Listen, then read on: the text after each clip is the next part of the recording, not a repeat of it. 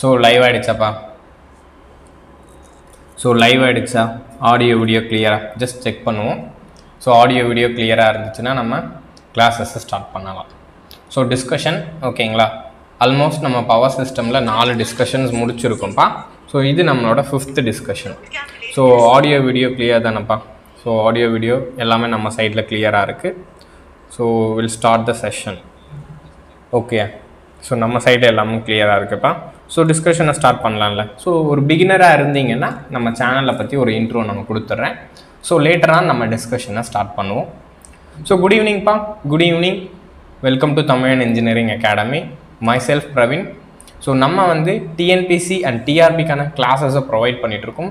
As per the updated சிலபஸில் நம்ம classes போயிட்டுருக்கு. ஓகேங்களா? ஸோ ஃபார் மோர் டீட்டெயில்ஸ்க்கு ஜஸ்ட் நம்பருக்கு கால் பண்ணுங்கள். We will guide you. ஓகேயா? ஸோ உங்களுக்கு எந்த டவுட் இருந்தாலும்ப்பா, அதாவது என்னென்ன எக்ஸாம்ஸ் இருக்குது, எப்படி படிக்கலாம், ஸோ என்னென்ன ரிசோர்ஸஸ், ஃப்ரீ ரிசோர்ஸஸ் இருக்குது, எப்படி யூஸ் பண்ணணும், அந்த மாதிரி எந்த டவுட்டாக இருந்தாலும் ஸோ கண்டிப்பாக கால் பண்ணுங்கள். We will guide you. ஓகேயா?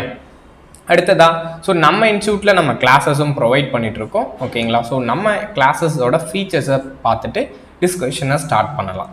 ஓகே, ஸோ நம்ம இன்ஸ்டியூட்டில் போயிட்டுருக்க classes daily live classes. So ஒருவேளை உங்களால் பார்க்க முடியலன்னா ரெக்கார்டாக மாறிடும், அதை நீங்கள் பார்த்துக்க முடியும். அடுத்ததாக நம்ம கிளாஸஸ்க்கு நம்ம உங்களுக்கு ப்ரீ ஷெடியூல் ப்ரொவைட் பண்ணிடுவோம். ஸோ கோர்ஸை வந்து நீங்கள் 2 years வரைக்கும் ஆக்சஸ் பண்ணிக்க முடியும். And PDF materials, test serious and it's discussion, weekly test, இந்த மாதிரி எல்லாமே நம்ம உங்களுக்கு ப்ரொவைட் பண்ணுவோம். ஓகேங்களா? ஸோ ஏதாச்சும் உங்களுக்கு டவுட் இருந்துச்சு, எக்ஸாம் ரிலவெண்ட்டான டவுட் இருந்துச்சு, கொஷின் டவுட் இருக்குது, ஸோ சிலபஸில் டவுட் இருக்குன்னா கண்டிப்பாக கூப்பிடுங்க. நம்ம வந்து ஃப்ரீ ஆஃப் காஸ்ட்டில் உங்களுக்கு சொல்யூஷன்ஸ் எல்லாமே ப்ரொவைட் பண்ணுறோம். ஓகேங்களா? So make use of it. இந்த டிஸ்கஷனையும் யூஸ் பண்ணிக்கோங்க. ஸோ பிகாஸ் இந்த டிஸ்கஷன்ன்றது ரொம்ப ரொம்ப இம்பார்ட்டன்ட். எக்ஸாம் பாயிண்ட் ஆஃப் வியூவில் நமக்கு பார்த்துட்ருக்கோம். ஓகேங்களா? ஸோ நெக்ஸ்ட் நம்ம டிஸ்கஷனாக ஸ்டார்ட் பண்ணலாம். ஆக்சுவலி இந்த மாதிரி தான்ப்பா நம்ம வந்து உங்களுக்கு ஷெடியூல் ப்ரொவைட் பண்ணுவோம். ஸோ வீக்லி என்ன கிளாஸஸ் இருக்கும் அப்படின்னு சொல்லிட்டு. ஸோ கொஷின்ஸ் விசிபிளாக இருக்குல்லப்பா? ஸோ ட்ரை பண்ணலாமா? ஸோ ஆடியோ வீடியோ எல்லாமே கிளியராக இருக்குது. ஸோ கொஷின்ஸ் வந்து விசிபிளாக இருக்குல்ல? ஸோ ட்ரை பண்ணுங்கள், ஆன்சர்ஸ் வந்து ட்ரை பண்ணுங்கள். ஸோ ஜஸ்ட் எப்போவுமே நீங்கள் தப்பாக பண்ணாலும் பரவாயில்லப்பா, ஆன்சர் ட்ரை பண்ணுங்கள். ஓகேயா? ஸோ இந்த கொஷின் நான் படிக்கிறேன். In a 3-phase short circuit system, okay, in a 3-phase short circuit system, the power fed into the system. So என்னோட பவர் என்ன பவர் வந்து எடுத்துக்குது? ஸோ சிம்பிளாக நீங்கள் ஒரு 3-phase ஷார்ட் சர்க்கியூட் ஃபால்ட்டை எடுத்துக்கோங்கப்பா. ஸோ அதில் என்ன பவர் சார் போகும்? In case of 3-phase short circuit in a system, the power fed into the system. So power வந்து எந்த பவர் போகுது அப்படின்னு சொல்லி கேட்பாங்க. கிளியரா? ஸோ இப்போது ஸோ என்னோட பவர் என்ன பவர் சார்? என்னோட 3-phase ஷார்ட் சர்க்கியூட் ஆகுதுப்பா. ஸோ அப்போது எந்த பவர் வந்து என் சிஸ்டம்லேருந்து எடுத்துக்குது? என்னோட synchronous generator. Okay, so this is the our synchronous generator. Okay, so இப்போது இதில் எனக்கு 3-phase ஃபால்ட் ஆகுது. ஓகே, 3 phases என்ன ஆகுதுன்னா ஷார்ட் சர்க்கியூட் ஆகுதுப்பா. ஓகே, இந்த மாதிரி ஷார்ட் ஆகிடுது, இட் இஸ் கிரவுண்டட் ஆகிடுது. ஸோ இப்போ இந்த இடத்துல என்ன நடக்கும் சார்? எஸ், இப்போ என்னோட ஷார்ட் சர்க்கியூட் ஃபால்ட் ஆகிறதுனால வோல்டேஜ் என்னவாயிடும்? Yes, voltage will become 0. So இந்த வோல்டேஜ் 0 ஆனதுனால இந்த சிஸ்டம், இப்போ என்னோட இந்த ஜெனரேட்டர் டெஃபினட்டாக ரியாக்டிவ் பவரை ரொம்ப ரொம்ப அதிகமாக கொடுக்கும். ஓகேங்களா? பிகாஸ் நமக்கு தெரியும் the fault power is reactive power. கரெக்டா? the fault power அப்படின்றது என்னன்னா which is a reactive power.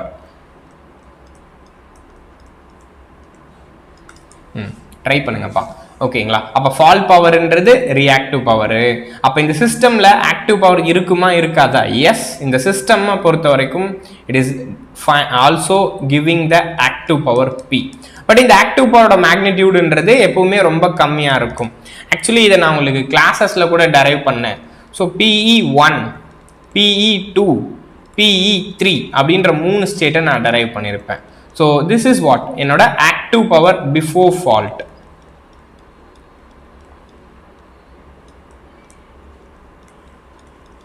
கரெக்டா? இதனோட ஆக்டிவ் பவர் பிஃபோர் ஃபால்ட், இது active power during fault.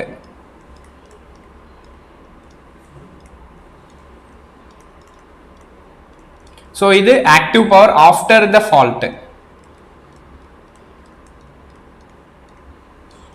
after clearing the fault.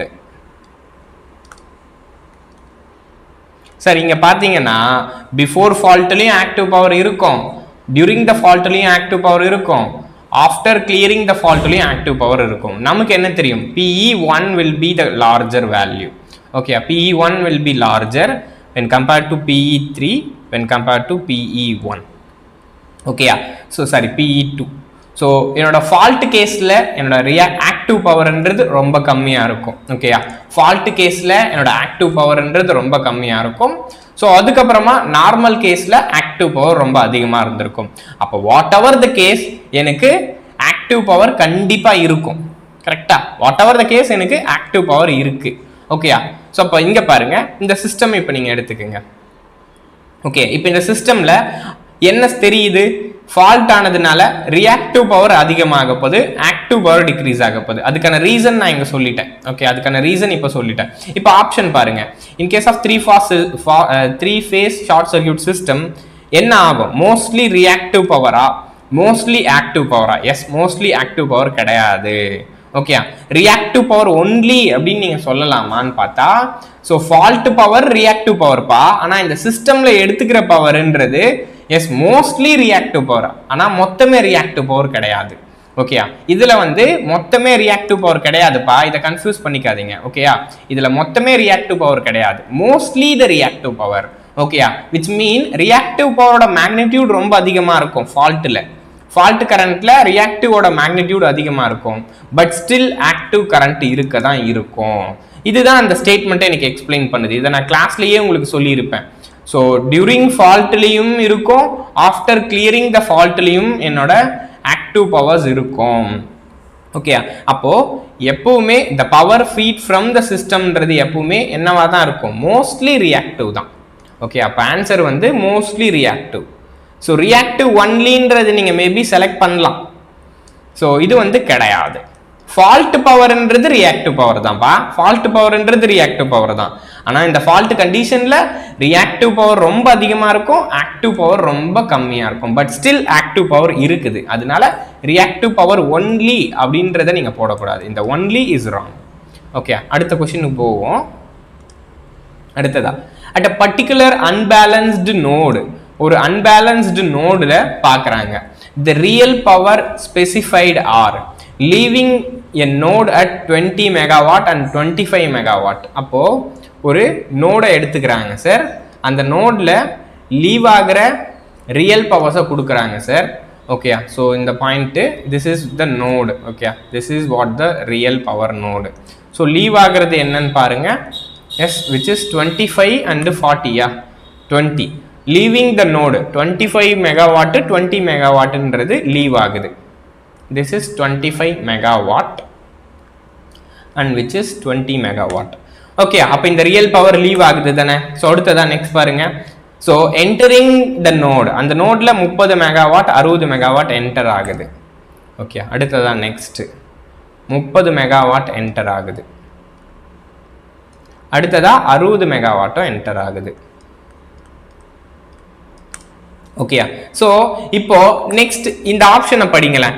The balancing power, அப்போ இந்த நோடு பேலன்ஸ் ஆகணும்னா இங்க இருக்கிற என்ன ஸ்டேட்மெண்ட் கரெக்டு?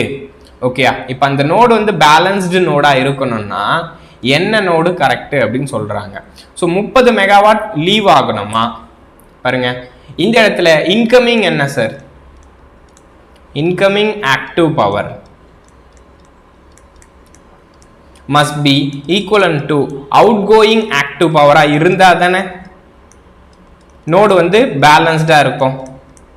கரெக்டா? ஸோ இன்கமிங் ஈக்குவலன்ட் டு அவுட் கோயிங்கா இருந்தா தானேப்பா லோடு வந்து பேலன்ஸ்டா இருக்கும். இந்த node this is what node.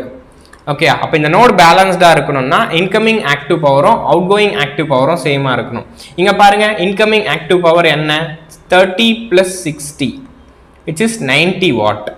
Okay, அப்போ அவுட் கோயிங் ஆக்டிவ் பவர் என்ன? 20 + 25, இப்போ 45 தான் இருக்கு. அப்போ என்ன சார் நடக்கணும்? அகைன் ஒரு 45 megawatt of active power leave ஆச்சுன்னா plus 45 megawatt active power is leaving. இப்போ பாருங்க, ஸோ ஒரு 45 ஆல்ரெடி லீவ் ஆகுது, இப்போ புதுசாக ஒரு 45 இங்கே லீவ் ஆகுது. Okay, 45 megawatt leaves. இப்போ பாருங்க, entering is 90 and leaving is also 90. அப்போ இந்த node will become balanced node. Okay, இப்போ இந்த ஸ்டேட்மெண்ட் நமக்கு இருக்கா பாருங்க, 30 megawatt leaving the node. 30 megawatt leave ஆகக்கூடாது சார், நமக்கு 45 மெகாவாட் தான் லீவ் ஆகணும். கரெக்டா?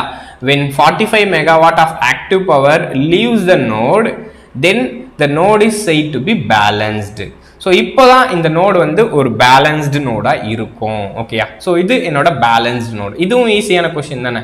அடுத்த கொஷின் நம்ம நெக்ஸ்ட் போகலாமா? ஸோ அடுத்ததான் நெக்ஸ்ட். ஸோ நெக்ஸ்ட் இப்போ பாருங்க, எஸ் கரெக்ட் சுச்சி. ஸோ இந்த கொஷின் ட்ரை பண்ணுங்க. ஸோ இதுவுமே ஈஸியான கொஷின் தானே. நம்ம டிரான்சியன்ட் ஸ்டெபிலிட்டியில் பார்த்துருப்போம்ல. ஸோ இந்த கொஷின் விசிபிளாக இருக்கா பாருங்க. So the inertia constant of a 100 MVA level kV water wheel generator is 4 அப்படின்னு சொல்றாங்க. ஓகேயா? So the inertia constant of a 100 MVA level kV water wheel generator is 4. The energy stored in the rotor at the synchronous speed என்ன? ஓகேயா? So the energy stored கேக்குறாங்க sir. So energy stored கேக்குறாங்க. நம்ம already கிளாஸ்ல பார்த்துருக்கோம். So energy stored எப்படி sir நம்ம எழுதியிருப்போம்? So inertia constant H is equivalent to,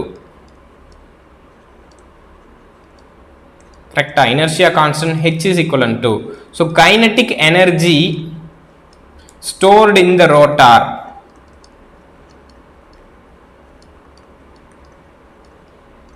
so divided by MVA rating of machine. கரெக்டா? Divided by MVA rating.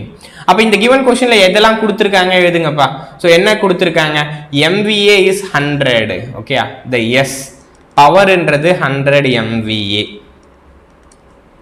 Voltage level KV. அடுத்ததா இந்த 4ன்றது என்ன sir? The 4 is nothing but inertia constant. இந்த கொஸ்டினை நல்லா படிங்க. Okay, the inertia constant of 100 MVA level kV water wheel generator. அப்போ inertia constant of generator தான் 4. Okay, அப்போ inertia constant H is what? H is what? 4. அவ்வளவுதான் sir. Energy stored, இந்த kinetic energy stored கேக்குறாங்க.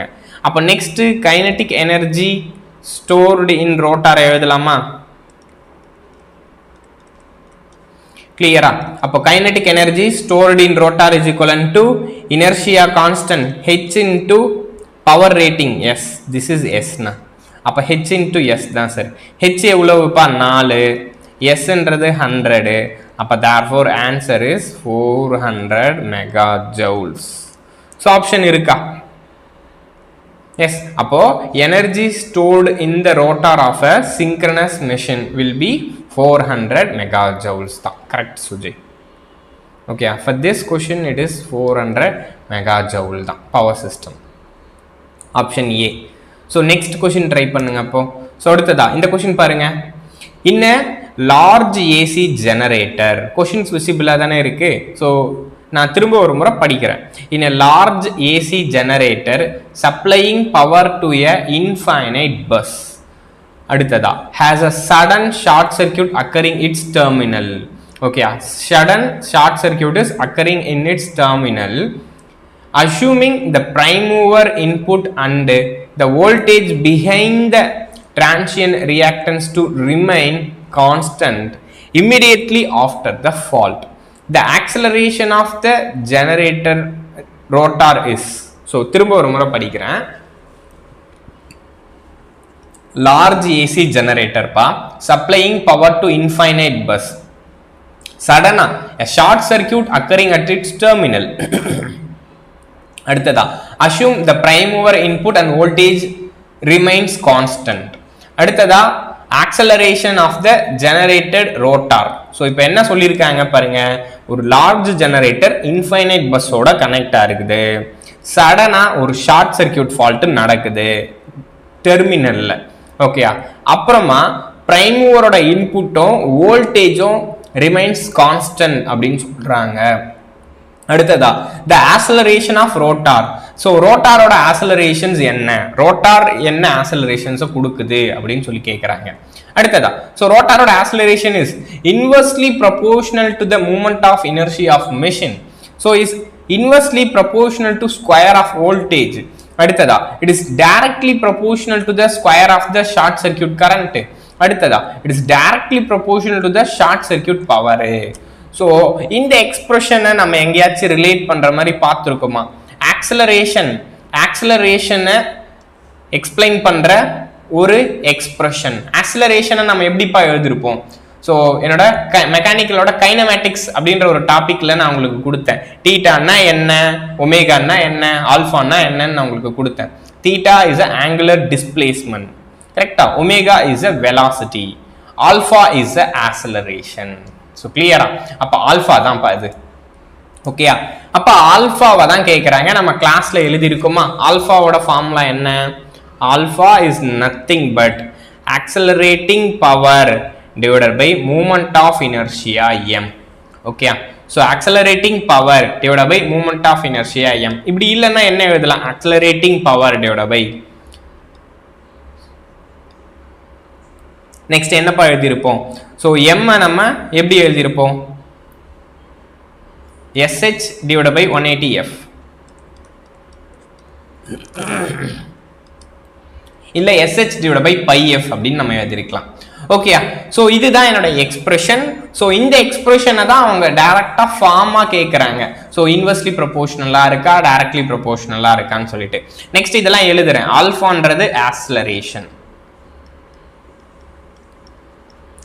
ஓகேயா? அடுத்ததா mன்றது என்னப்பா? That is moment of inertia.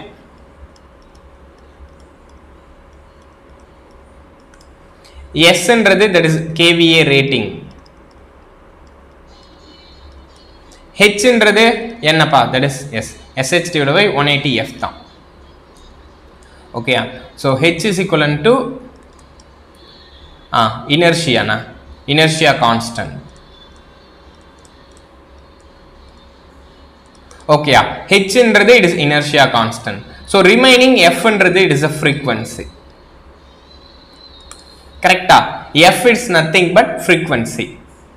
Okay so அப்ப therefore இந்த ஸ்டேட்மெண்ட்டை சொல்லுங்க. அப்ப இந்த given ஸ்டேட்மெண்ட்ல எந்த ஸ்டேட்மெண்ட்ஸ் ஆர் wrong, எந்த ஸ்டேட்மெண்ட்ஸ் ஆர் ரைட்?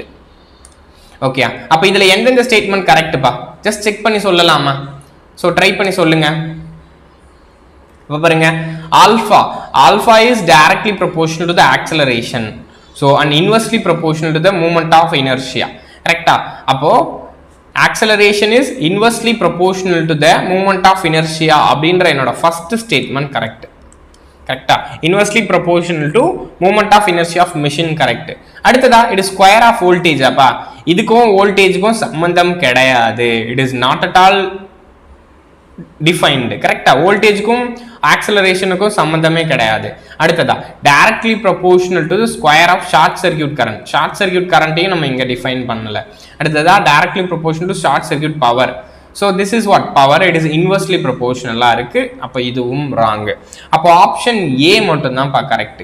புரியுதா? for this question option A only correct. so மத்த ஆப்ஷன்ஸ் எல்லாமே it is wrong. ஓகே புரியுது இல்ல? அப்ப நெக்ஸ்ட் क्वेश्चन போலாம்ல.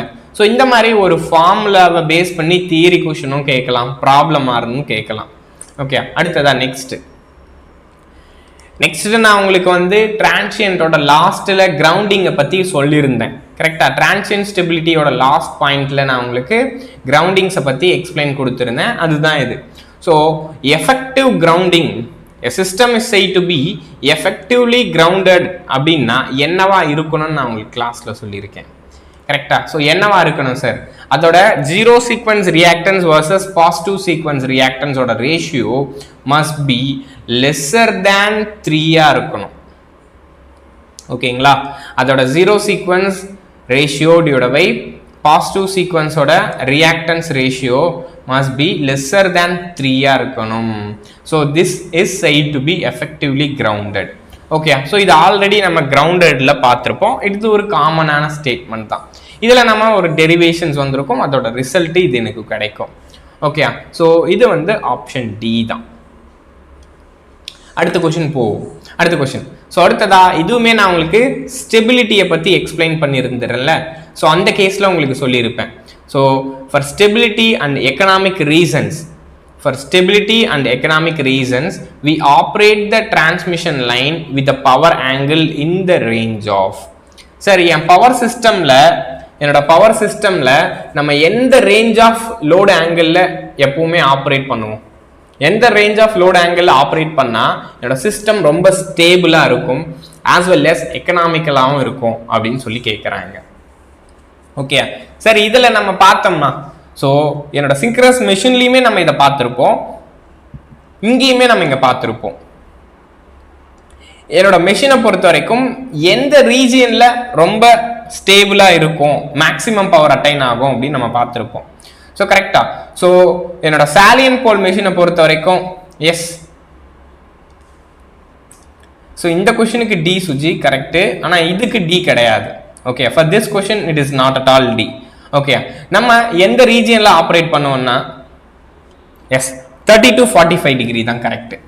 ஓகே, ஸோ இந்த இடத்துல ஆல்ரெடி இது ஒரு டிஆர்பியோட கொஷின் தான். ஓகே, ஆல்ரெடி இதை நம்ம டிஆர்பியில் கேட்டிருக்காங்க.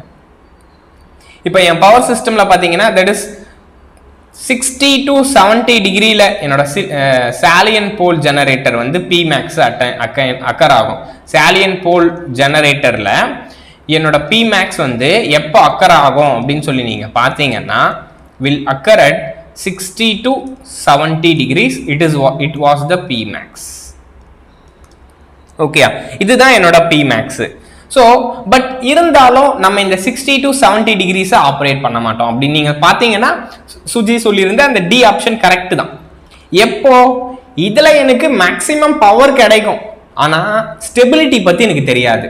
ஓகே, நீங்க வந்து 60 to 70 டிகிரியில் ஆப்ரேட் பண்ணீங்கன்னா மேக்ஸிமம் பவர் கிடைக்கும், ஆனா ஸ்டெபிலிட்டியை பத்தி எனக்கு தெரியாது.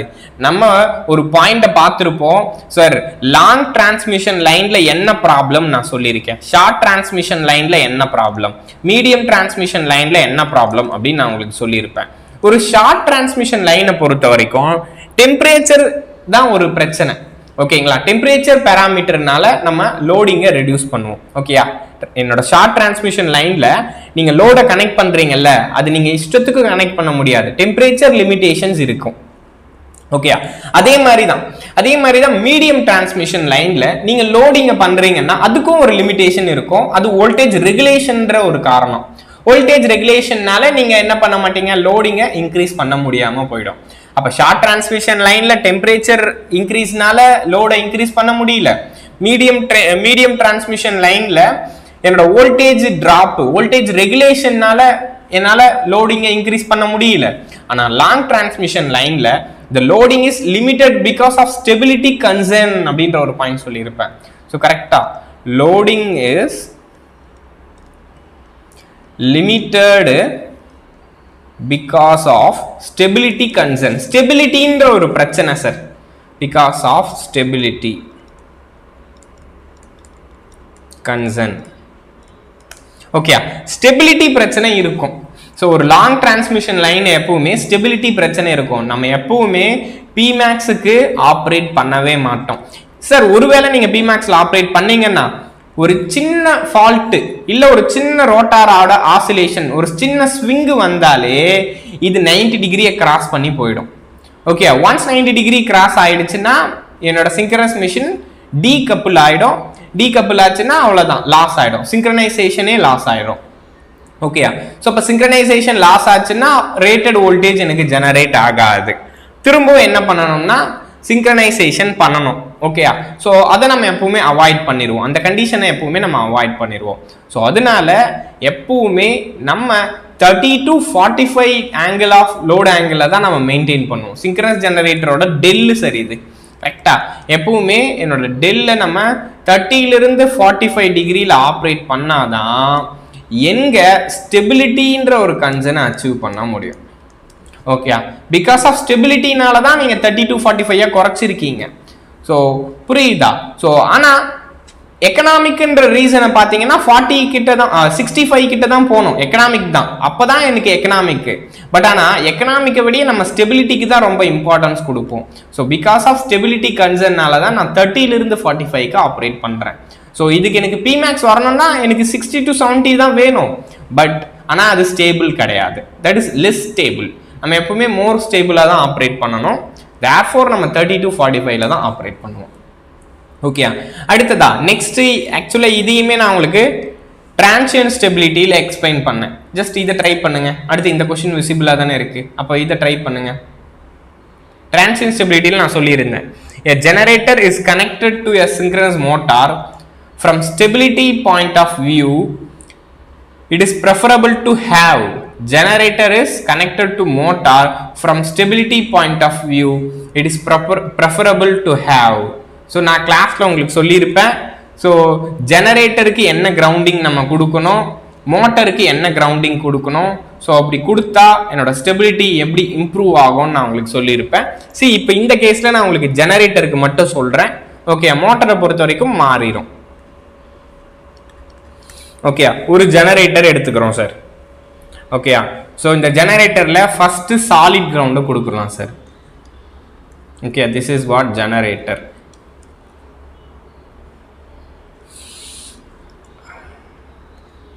இப்போ இந்த ஜெனரேட்டர்ல ஒரு single line to ground fall நடக்குது.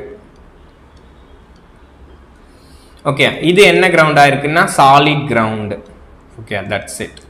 இப்போ ஃபால்ட் கரண்ட் எப்படி சார் போகும்? Yes, we know the fault current will start circulate like this. இந்த ஜெனரேட்டரோட கிரவுண்ட் வழியா ஸ்டார்ட் ஆயிட்டு அப்படியே இந்த ஃபால்ட்டோட கிரவுண்ட் வழியா எண்ட் ஆயிடும். ஸோ கிளியரா எனக்கு என்ன தெரியும்? ஆக்சிலரேஷன்ஸ் PA என்னப்பா? So PA is PS minus PE. கரெக்டா? ஆக்சிலரேஷன் ஜெனரேட்டரை பொறுத்த வரைக்கும் mechanical input minus electrical input தான் எழுதணும். ஸோ கரெக்டா? ஸோ PS minus PE அப்படின்னு சொல்லி எழுதியிருப்பேன். ஸோ இந்த இடத்துல ஃபால்ட் ஆச்சுன்னா நான் ஆல்ரெடி சொல்லியிருந்தேன், ஃபர்ஸ்ட் ப்ராப்ளம்லேயே அதை தான் சொல்லியிருந்தேன். டியூரிங் ஃபால்ட் கேஸில் எலக்ட்ரிக் பவர் என்னவாகும்? டியூரிங் ஃபால்ட்டி கேஸில் எலக்ட்ரிக் பவர் வில் ரெடியூஸ். இங்க பாருங்க. So this is what electric power during the fault. He is the less value. கரெக்டா? ஃபால்ட் கேஸ்ல எப்பவுமே எலக்ட்ரிக் பவர் குறைஞ்சிரும். ஓகே, அப்ப பாருங்க இந்த கேஸ்ல என்ன நடந்திருக்கும்? எலக்ட்ரிக் பவர் குறைஞ்சிச்சுன்னா எனிதிங் அதை நீங்க மைனஸ் பண்றது குறையுதுன்னா டெஃபினட்டா ஆக்சிலரேஷன்ஸ் இன்க்ரீஸ் ஆகுதா? அப்ப ரோட்டார் ஆக்சிலரேஷன் இன்க்ரீசஸ்.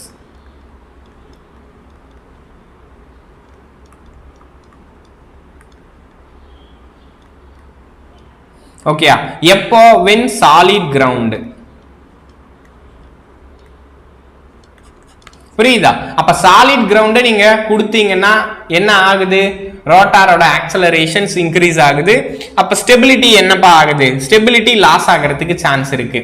இந்த क्वेश्चन ஸ்டெபிலிட்டி பாயிண்ட் ஆஃப் வியூல தான் கேக்குறாங்க. ஓகே, அப்ப ஸ்டெபிலிட்டி பாயிண்ட் ஆஃப் வியூல தான் நீங்க பதில் சொல்லணும். அப்போ ஒரு சாலிட் கிரவுண்ட கொடுத்தா ஸ்டெபிலிட்டி என்னால கண்ட்ரோல் பண்ண முடியல. ஓகே, ஸோ இது என்னோட சாலிட் கிரவுண்ட்ல இருந்த என்னோட problem.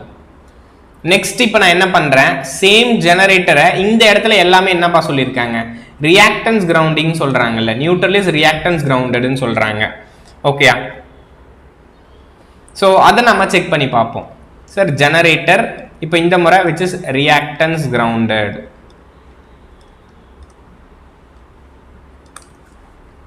Okay, again same synchronous generator,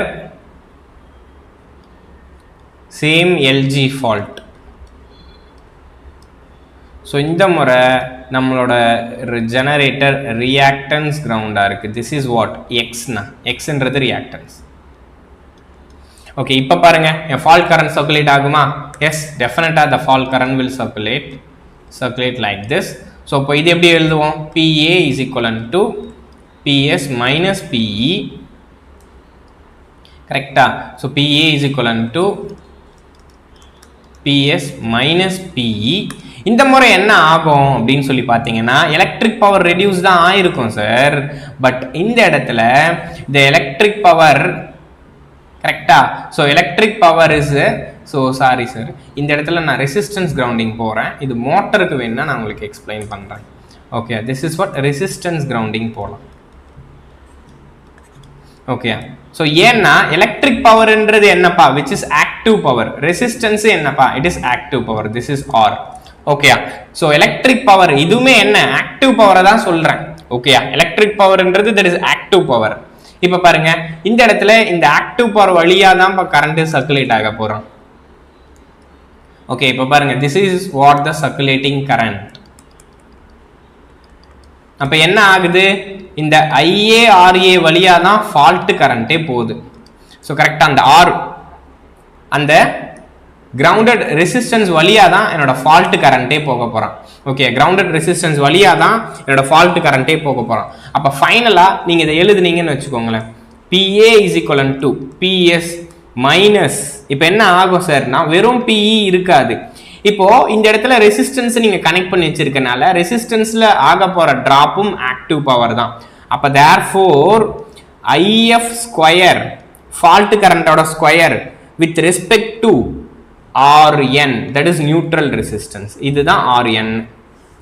okay, அப்ப IF ஸ்கொயர் RN இது ஒரு பவர், I ஸ்கொயர் Rன்றது பவர் தானப்பா. அப்ப therefore this is what power, இது ஒரு பவர்.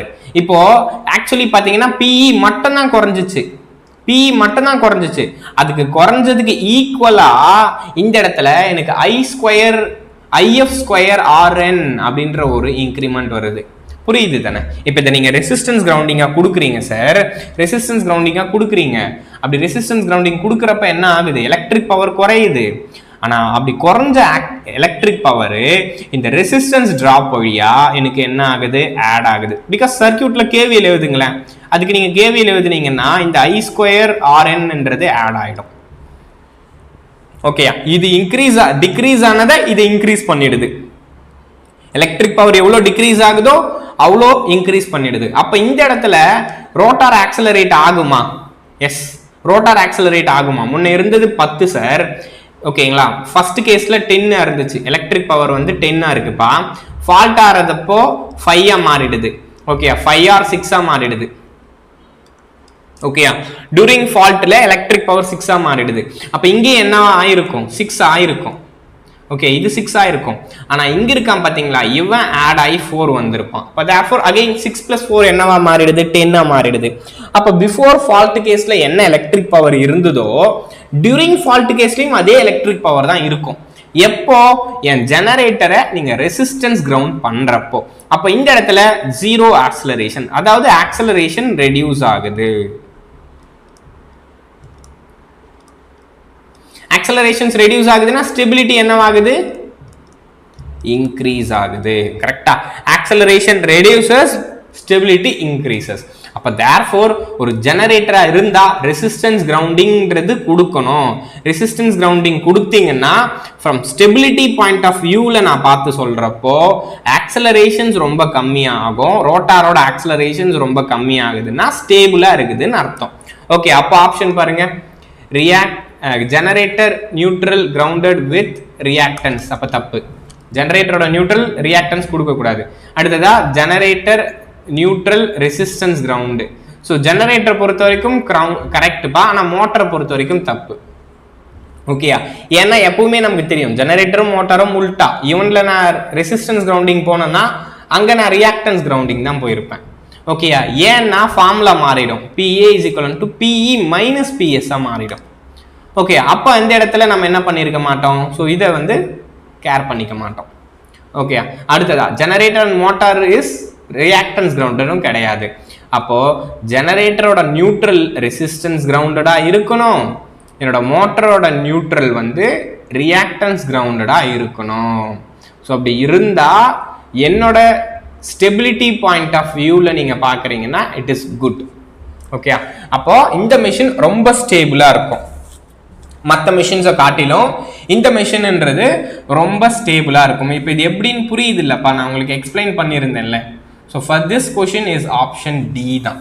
ஓகே, அப்போ இதோட ஆன்சர் வந்து டி. கிளியரா? இது ஆல்ரெடி நம்ம கிளாஸ்ல பேசியிருக்கோம். For this question is answer D தான். அடுத்த கொஷின் போவோம். நெக்ஸ்ட், ஸோ ஃபியூ கொஷின்ஸ் நான் லோட் ஃப்ளோ ஸ்டடீஸ்லேருந்து எடுத்துகிட்டு வந்திருக்கேன்.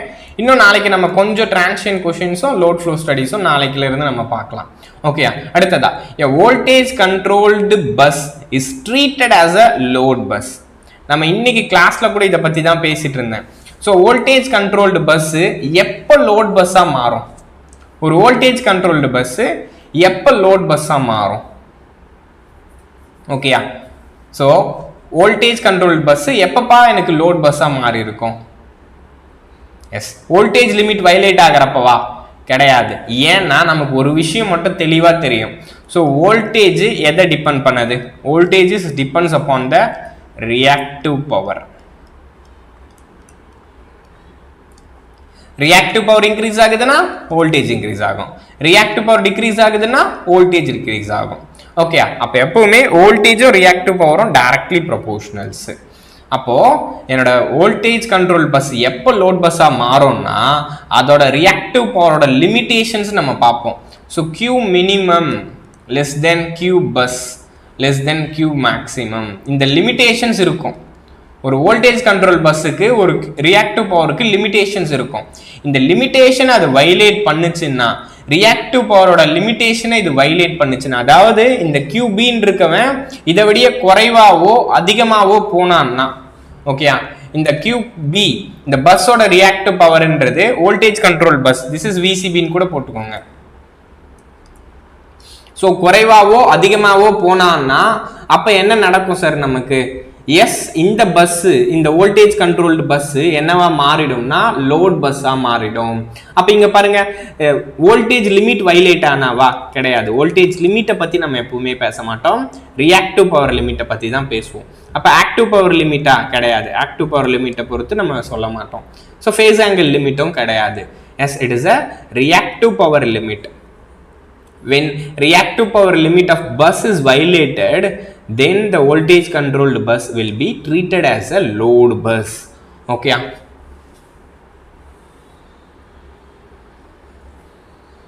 RRB JE cut off நம்ம ஒண்ணா கொடுக்குறோம்பா, ப்ரெடிக்ஷன் உங்களுக்கு கொடுக்குறோம். ஓகே, அடுத்ததா next load flow study is carried out for. நம்ம இதை நிறைய முறை சொல்லியிருக்கோம். லோட் ஃப்ளோ ஸ்டடி எதுக்கு பண்ணணும்? இதை ஆல்ரெடி டிஎன்பிசியில் கேட்டிருக்காங்க. ஸோ டிஎன்பிசியை பொறுத்த வரைக்கும் ரிப்பீட்டட் கொஷின்ஸும் கேட்பாங்கப்பா. அதனால முடிஞ்ச வரைக்கும் இந்த கொஷின்ஸை வந்து பார்த்துட்டு போங்க. ப்ரீவியஸ் இயர் கொஷின் பேங்க்ஸை கண்டிப்பாக பார்த்துட்டு தான் நீங்கள் போகணும். ஓகேங்களா, அடுத்ததா load flow study is carried out for. Load flow study எதுக்காக பண்ணுறோம்? ஓகேங்களா, லோட் ஃப்ளோ ஸ்டடி வந்து எதுக்காக பண்ணுறோம்ப்பா? ஸோ அதுதான் இந்த கொஷினில் கேட்குறாங்க. Load flow study is carried out for. So எதுக்காகப்பா நம்ம லோட் ஃப்ளோ ஸ்டடியை பண்ணுறோம்?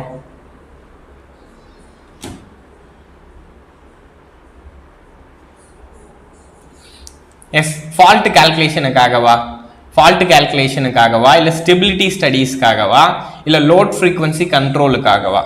ஸோ ஸ்டெபிலிட்டி ஸ்டடீஸ்க்காக நம்ம பண்ணுறது கிடையாது, ஃபால்ட் கால்குலேஷனுக்காகவும் நம்ம பண்ணுறது கிடையாது. எஸ், லோட் ஃப்ரீக்வன்சி கண்ட்ரோலுக்காகவும் கிடையாது.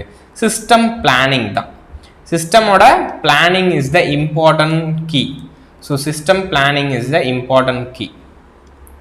ஃபியூச்சர் அப்கிரேடேஷன், அப்போ என் பவர் சிஸ்டமை நம்ம அப்கிரேட் பண்ணுறோம், இந்த மாதிரி திங்ஸ்க்காக தான் நம்ம லோட் ஃப்ளோ ஸ்டடி பண்ணுறோம்.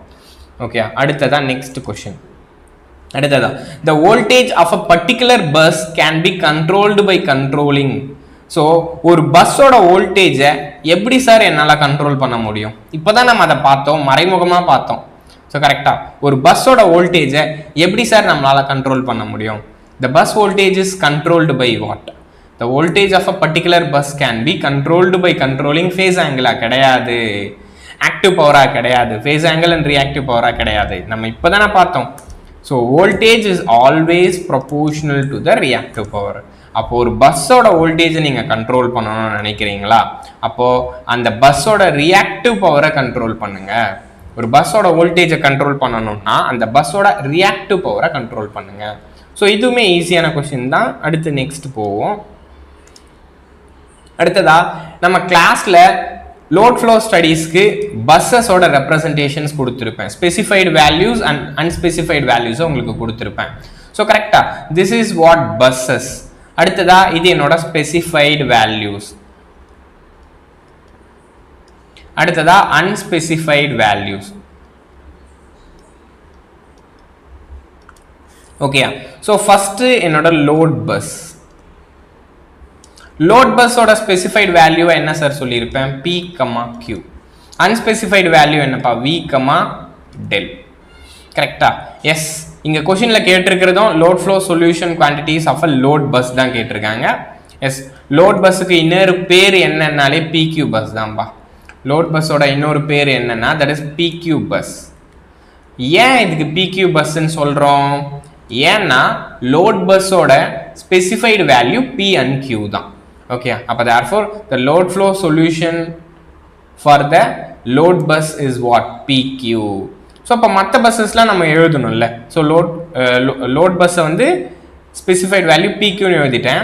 அடுத்ததாக ஜெனரேட்டர் பஸ்ஸுக்கு ஓகே, அப்போ என்னோட ஜெனரேட்டர் பஸ்ஸுக்கு என்னப்பா? ஸோ இது PQன்னு எழுதிருப்போம்ல, இது வந்து PQ பஸ்ஸு. அடுத்தது என்னப்பா? திஸ் இஸ் PVன்னு எழுதுவோம். ஸோ கரெக்டாக இதோட specified value is PV. Remaining என்னப்பா இருக்கு? Q del ரிமைனிங் இருக்கு, அது என்னோட அன்ஸ்பெசிஃபைடு வேல்யூ. நெக்ஸ்ட் என்னப்பா? நெக்ஸ்ட் ஸ்லாக் பஸ் சொல்லுவோமா? ஸ்லாக் பஸ்ன்னு சொல்லலாம், இல்லை ரெஃபரன்ஸ் பஸ் அப்படின்னு சொல்லலாம். ஸோ இதில் ஸ்பெசிஃபைடு வேல்யூ என்னப்பா? V, del. கரெக்டா, இதோட ஸ்பெசிஃபைடு வேல்யூ என்னப்பா? V, del. அதுவே அன்ஸ்பெசிஃபைடு வேல்யூ என்னப்பா? ரிமைனிங் என்ன இருக்கு? P, Q. அடுத்ததா வோல்டேஜ் கண்ட்ரோல்டு பஸ்.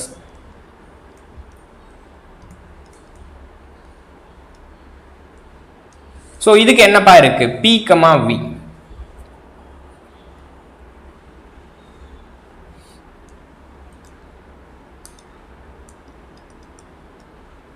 ஸோ இதுக்கு என்னப்பா? This is what? டெல் மட்டும்தான். ஓகே, நெக்ஸ்ட் கொஸ்டின் போலாம்ல. ஃபார் திஸ் கொஸ்டின் ஆன்சர் பண்ணிட்டீங்க. அப்போ லோட் பஸ்ஸை PQ பஸ்ன்னு சொல்லலாம், that is the specified values. அப்போ அன்ஸ்பெசிஃபைடு வேல்யூ கேட்டாங்கன்னா V del. ஓகே, எய்தர் உங்களுக்கு ஸ்பெசிஃபைடு வேல்யூவும் கேட்கலாம், அன்ஸ்பெசிஃபைடு வேல்யூவும் கேட்கலாம். ஸோ எது கேட்குறாங்களோ அதை நீங்கள் ஆன்சர் பண்ணால் போதும். ஓகே, அடுத்ததா for load flow solution quantities normally specified for voltage controlled bus. அப்ப voltage controlled பஸ்ஸோட ஸ்பெசிஃபைடு வேல்யூ என்ன அப்படின்னு சொல்லி கேட்குறாங்க. ரைட், இப்போ தானே எழுதியிருந்தோம் voltage controlled பஸ்ஸுக்கான ஸ்பெசிஃபைடு வேல்யூ என்னப்பா? This is voltage controlled bus, specified value is PV.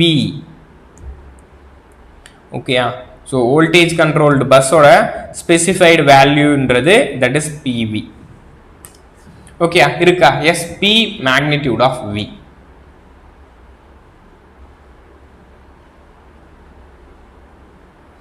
Okay, P magnitude of V. This is what voltage control bus. அடுத்ததா நெக்ஸ்ட் கொஸ்டின் போலாம்ல. அப்போ அடுத்ததா the load flow solution is always assured in case of. இப்போதான் நம்ம இந்த கிளாஸ்ல பார்த்துருப்போம் load flow சொல்யூஷனை பத்தி.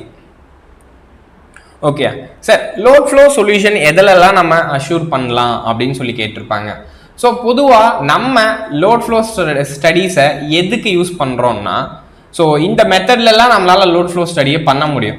Cos Seidel method, Newton Raphson method, so அடுத்ததா என்னோட ஃபாஸ்ட் டீகப்பிள்டு மெத்தட் அப்படின்ற ஒரு 3 மெத்தடை நான் உங்களுக்கு கிளாஸில் சொல்லியிருப்பேன்.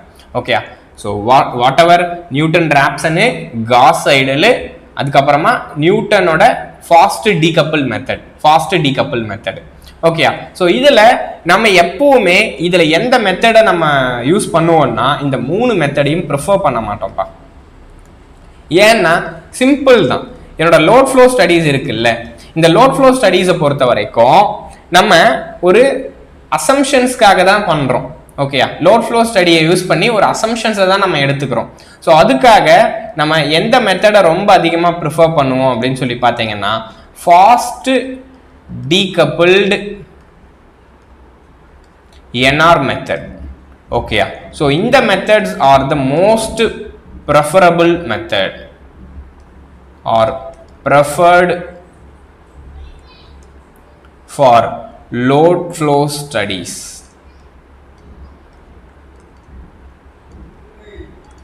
ஓகே, நம்மளோட லோட் ஃப்ளோ ஸ்டடீஸ்க்காக நம்ம என்ன மெத்தட்ஸை ப்ரிஃபர் பண்ணுறோம்னா என்னோட ஃபாஸ்ட் டீகப்பிள்டு NR மெத்தட்ஸை தான் ப்ரிஃபர் பண்ணுவோம். இந்த மேலே இருக்கிற மெத்தட்ஸை வச்சு என்னால் அக்யூரேட் ரிசல்ட்ஸ் இந்த NR மெத்தடை யூஸ் பண்ணி அக்யூரேட் ரிசல்ட்ஸை கொடுக்க முடியும். But it is slow. Okay, which is slow. Okay, so அதனால நம்ம எப்பவுமே ஃபாஸ்ட் டீகப்பிள்டு NR மெத்தடை தான் லோட் ஃப்ளோ சொல்யூஷன்ஸில் யூஸ் பண்ணுவோம். ஸோ இந்த மற்ற 3 மெத்தட்ஸை நம்ம யூஸ் பண்ண மாட்டோம். For this question none of these method guarantees. Okay, up to this கிளியராப்பா? இன்னைக்கோட செஷன்ஸ் நமக்கு முடிஞ்சிருச்சு. ரிமைனிங் கொஷின்ஸ் நம்ம நாளைக்கே டிஸ்கஷன்ல பார்ப்போம். ஏதாச்சும் உங்களுக்கு டவுட் இருக்காப்பா? டவுட் இருந்துச்சுன்னா கமெண்ட் பண்ணுங்க. ஓகே, இந்த ஃபாஸ்ட் கொஷின், இந்த லாஸ்ட் கொஷின்லையும் நம்ம எந்த மெத்தடுன்றதை நான் கிளாஸ்லேயே உங்களுக்கு சொல்லியிருப்பேன். தட் இஸ் என்ஆர் மெத்தடு நம்ம யூஸ் பண்ணுவோம்.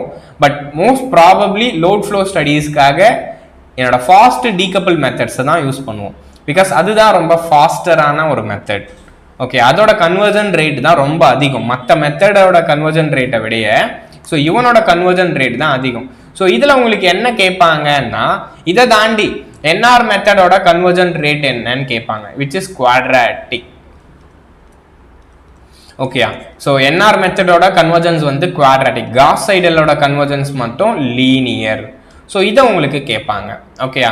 ஸோ திஸ் இஸ் குவாட்ராட்டிக், அது லீனியர் அப்படின்றத உங்களுக்கு கேட்பாங்க. So up to this clear. ஏதாச்சும் டவுட் இருந்துச்சுன்னா கண்டிப்பாக கமெண்ட் பண்ணுங்கப்பா. இந்த செஷன் பிடிச்சிருந்துச்சுன்னா லைக் பண்ணி உங்கள் ஃப்ரெண்ட்ஸ்க்கு ஷேர் பண்ணி அண்ட் சேனலை சப்ஸ்கிரைப் பண்ணி வச்சுக்கோங்க for more discussions and classes.